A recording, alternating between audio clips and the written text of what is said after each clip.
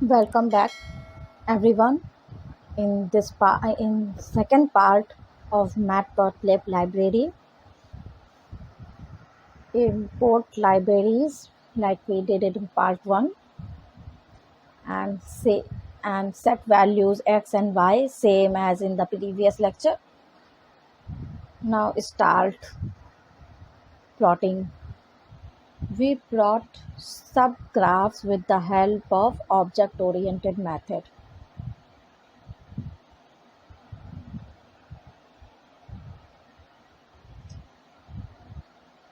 Fig.axis is equals to plt dot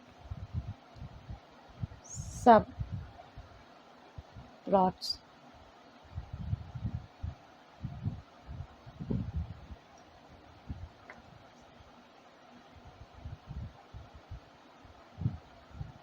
Axis dot plot x comma y. There is some bug. We have to not typing the state. I put dot in place of comma. So it plot the graph. Now plot two sub graph.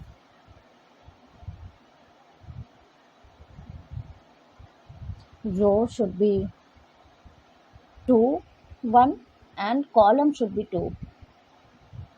In the same row we have to plot two graph. Plt dot tight layout. Tight layout is to use to make visualization, make plotting points should be clear.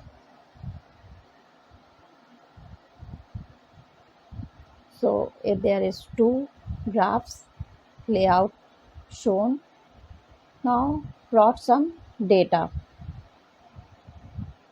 We use for loop function. For loop in this axis we have two columns, so it prints in both columns one by one with the help of looping. Plot x and y. It plot x and y in both the graph. Color R.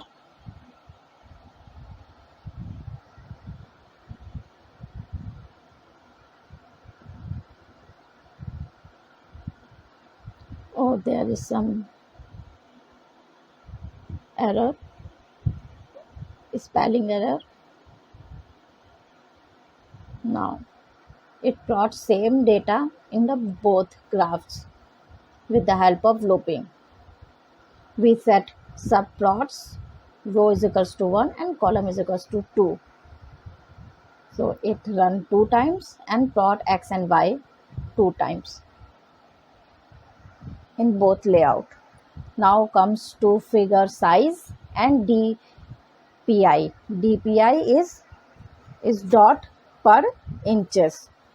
It gives you the size. Now how to set the size? Let's see. Again use figure object oriented method, and in parentheses we pass the argument figsize 3,2 and DPI 100. See what is the difference.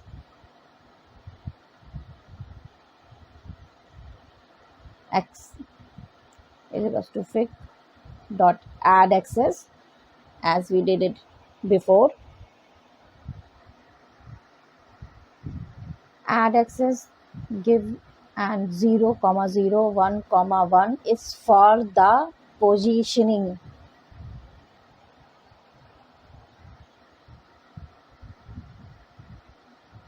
Now plot dot x and y, plot x and y.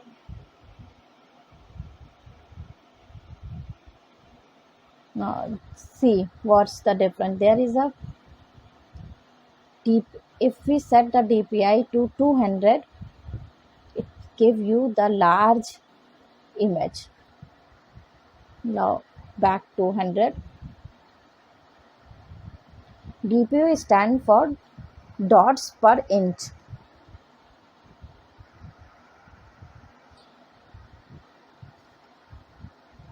Now comes to saving this graph as a image.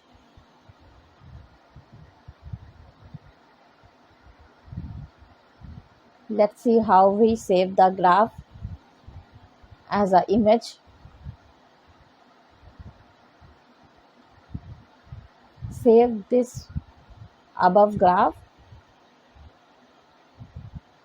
with the name my pic.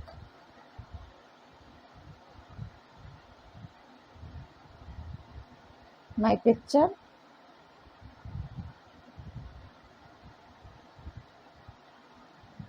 .png.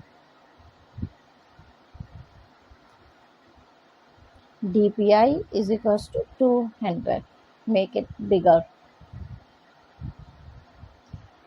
That's it. It saved the image on the same directory.